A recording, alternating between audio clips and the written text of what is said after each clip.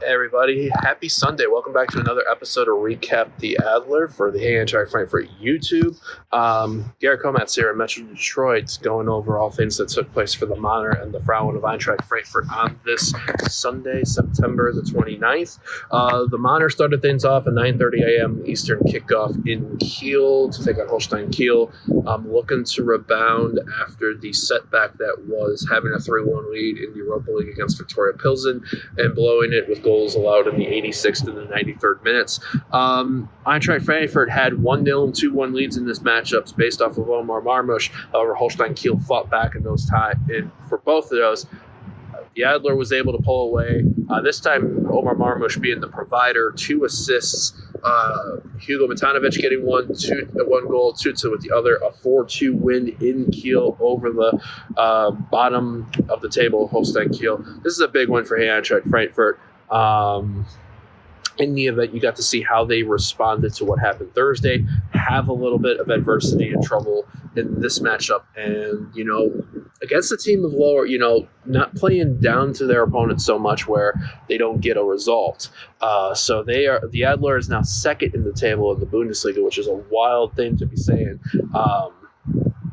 right now, but it's exciting. Also, the debut of the black away kits, which I think were kind of fresh. The red really pops out in that. Next matchups for Dino Topmuller's lads: Europa League match day 2 of their 8 in the table, traveling to Turkey to take on Besiktas in Istanbul. That is on Thursday, October the 3rd, and then their last league match before the next international break is home to Bayern Munich next Sunday, October 6th, 11:30 a.m. Eastern. So a big couple matches ahead for the Adler, but a good response today. And what you see, hopefully the Ekatike being out today was more of a precautionary move ahead of the matches this coming weekend.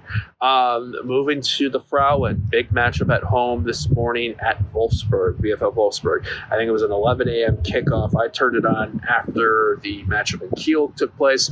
And just before halftime, Eintracht Frankfurt's Frauen were awarded a penalty, a handball in the box, based off of Nicole Agnomi creating some pressure. Sarah Dorson stepped up and buried it 1-0. And then the Frauen with a great second half. Nicole Agnomi with a brace. The third goal was just a beautiful, maybe a counterattack goal, but just a great team goal and the build-up.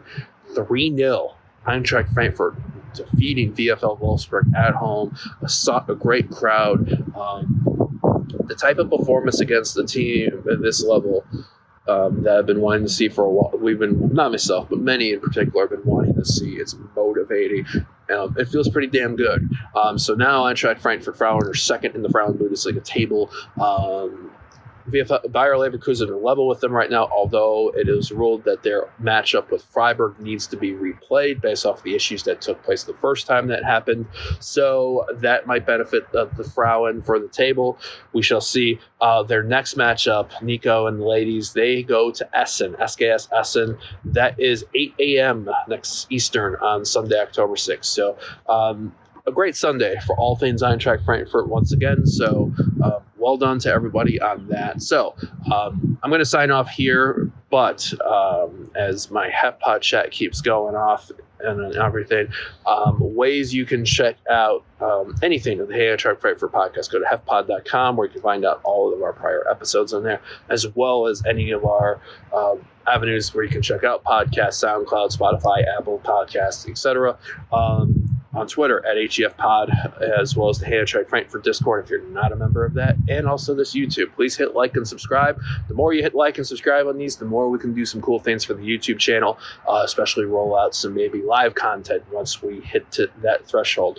Also, if you want to see some fiery opinions, go back and check out the Recap the Adler Europa with Chris Monroe and I after the setback. Shout out to also producer Nathan for catching my goofs when I was actually referred to Victoria Pilsen as Slavia Prague.